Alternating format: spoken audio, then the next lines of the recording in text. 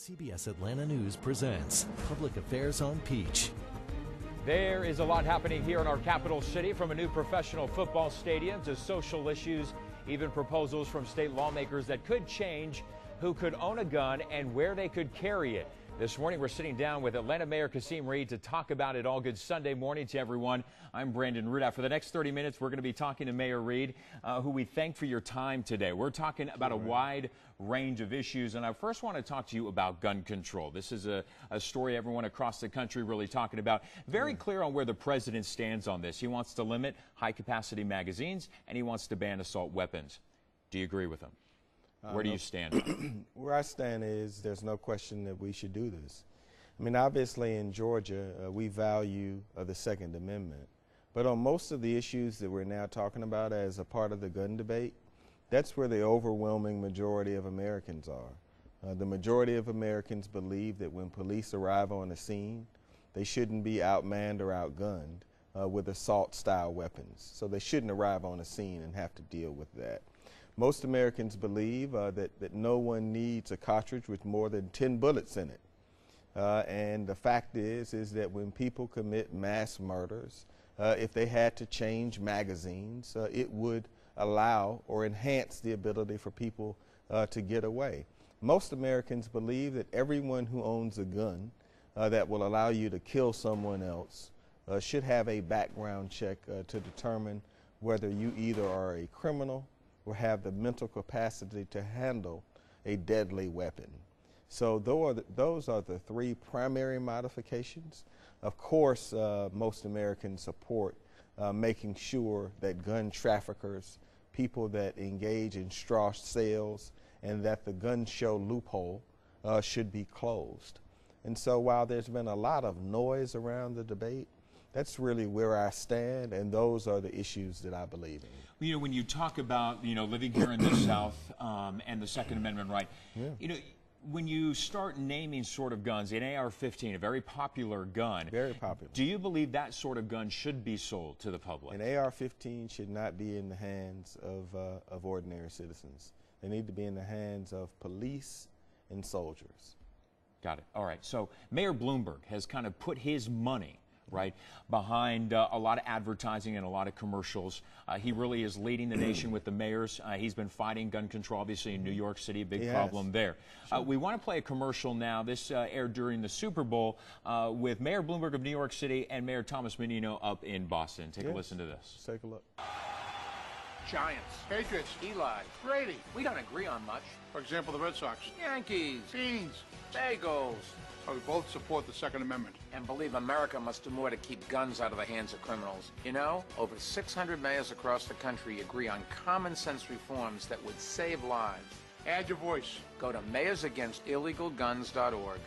It's a patriotic thing to do. You can make a giant difference in our country. And there you see, Mayor Bloomberg and Mayor Menino up there, part of this 600 mayors in this fight. The mayor of New York City has been at a battle with the NRA really publicly over the past several weeks. What do you believe about, are you supporting Mayor Bloomberg in his fight? And have you had a chance to speak with anybody about the NRA, about gun control? No question. I support Mayor Bloomberg and Mayor Menino. I am a member of the Mayors Against Illegal Guns Coalition. I really don't think that this really is about the NRA. This is about reducing gun violence, and I'm not going to get pulled into that debate. What I will say is this.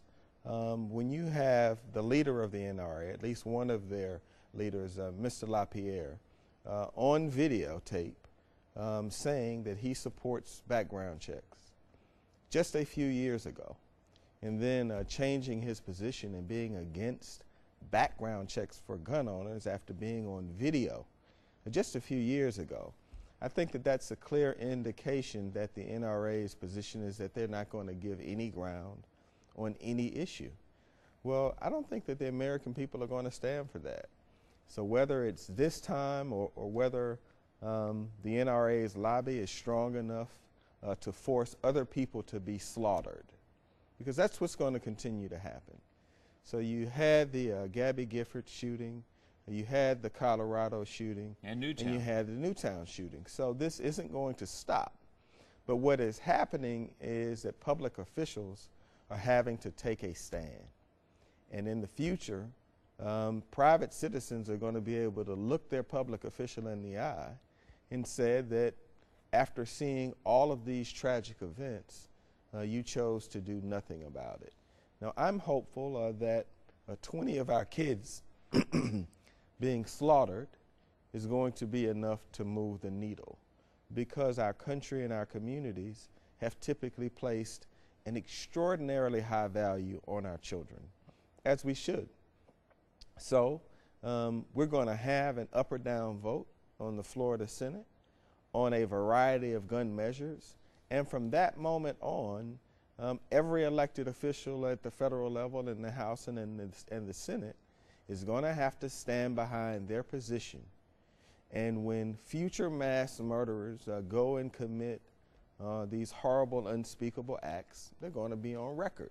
Well, what you do have control over here is the city of Atlanta, and I do. This is the crime report year to date of 2013. Firearms seized year to date this year, 365. Compared to last year at 281. That's an increase of over 30%. Firearm-related crimes, though, this year, 572 up to date. This time last year, 484. Is it a problem in this city? All violence is a problem. Gun-related, specifically? No, gun-related is a problem, but the fact of the matter is our overall violent crime data is down in excess of 15 points since I've had the job, and we're going to continue to push it down. You're seizing a lot of guns. Yes, but this is something you have to work at every single day. It's why I built the biggest police force in the history of the state of Georgia, and it is making a difference. But I will be very candid with you, Brandon. This is a constant fight. And sometimes the other side gets up and sometimes we're up. But this is something that you wake up every day and you have to stay at it. So violence is a problem in every major American city. But I'll put our numbers up against everybody in America. Our violent crime in the city of Atlanta is at 1969 levels. That is a fact. So we need to continue to stay at it. And handguns and guns are a big part of the problem. All right, very good. We're going to continue the conversation right after a commercial break. Mayor Kasim Reed here on Public Affairs. We're going to be talking about this proposal for new Falcons Stadium and the impact it would have here on the folks here in Atlanta.